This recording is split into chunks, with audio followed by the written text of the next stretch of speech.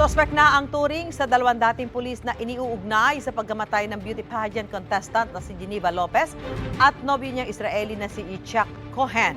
Ang tinitingnang ugat ng krimen ang isinilang lupa ng isa sa mga suspect. Yan ang unang balita ni June Veneracion.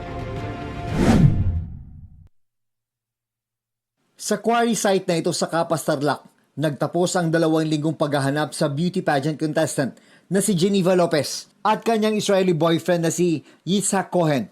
May tig-2 tama ng bala ang magkasintahan base sa autopsy. Ayon sa mga otoridad, itinuturing ng suspect sa krimen ang 2 dating pulis na kinilalang sina Romel Aboso at Michael Giang. Nag-awol at tatanggal sila sa serbisyo noong 2019 at 2020. At base sa kanilang investigasyon, ang ugat daw ng krimen. There was that plan of killing itong magnobya na to. So makikita nyo, ayaw ibigay ni Giyang yung lupa na isinanla niya kay Geneva. June 21 raw na makipagkita ang magkasintahan sa mga suspect sa Barangay Armenia, Tarlac City.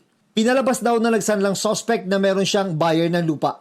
Pero ang intensyon daw talaga ay itumba ang mga biktima dahil ayaw niyang ibigay ang naisanlang lupa. Kinabukasan June 22, natagpo ang nasusunog ang SUV ng 2 sa Tarlac. Nung sila ay dumating sa lugar na yon, kaunting panahon lang at sila ay kaagad binaril nitong ating mga suspect. Saan po sila binaril? Sa loob ng sasakyan. Yung po ba yung sasakyan na nakitang nasunog sa daan? Yun yung sasakyan na nakitang nasunog. Isinasailalim na sa forensic examination ang mga baril na nakuha mula sa 2 dating pulis. May 3 sibilyan ding hawak ang mga otoridad. Patuloy namang pinaghahanap ang 2 iba pa. 2 counts of murder ang inihahandang kaso laban sa kanila. We are so sure with the evidence gathered by CIDG and Region 3, sigurado pong hindi makakawala to. Sa gitna ng pagluluksa, nangangamba para sa kanilang kaligtasan ang mga naulila ni Geneva. Nung unang nalaman nila na yung isa or 2 na persons in interest ay dating mga pulis, meron na pong takot eh. Hindi mawawala yung agam sa kanila, siyempre yung takot. Nakaburol ngayon sa Pampanga ang mga abo ni Geneva. Nasa tabi ng kanyang urn ang engagement ring mula sa kasintahang si Yitzhak. I-display din ang kanyang sapatos, korona at mga sash. Ang mga nagmamahal kay Geneva, inalala ang kanyang pagiging mabait, matulungin at masayahin. Sa inilabas na pahayag ng pamilya Lopez, humingi sila ng privacy habang nagdadalamhati at para sulitin ang huling sandaling kasama ang kanilang namayapang kaanak. Nagpapasalamat din sila sa mga tumulong at nagbuhos ng oras para mahanap ang kanilang kaanak. Ang mga labi naman ni Yitzhak, minamadali ng maiwi sa Israel. Maraming raw tradisyong binali ang walang respetong pagdispatcha sa labi. Kaya naghahabol ngayon ang kapatid ni Yitzhak. In the Jewish religion, when somebody died, you need to bring him he's the same in the same night or in the same morning. You need to be buried as fast as possible. You can be back basically into the earth and become part of earth.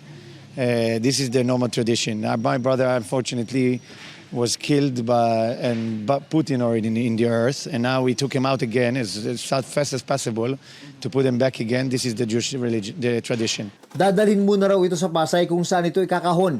Saka ibibiyahe kapag naayos na ang mga dokumento. Wala na raw burol sa Pilipinas. So we have to do it in 2 or 3 days. We have to finish everything. We've been authorized always by the embassy to help the Israel na tao na every now and then pag may Israel na namamatay, we have to accommodate them. Umaasa ang kapatid ni Yitzhak na hindi titigil ang mga otoridad hanggat di nabibigyan ng hustisya ang pagkamatay ni Yitzhak at Geneva. We will make sure that the ends of justice will be served to the family of Yitzhak and to the family of Geneva.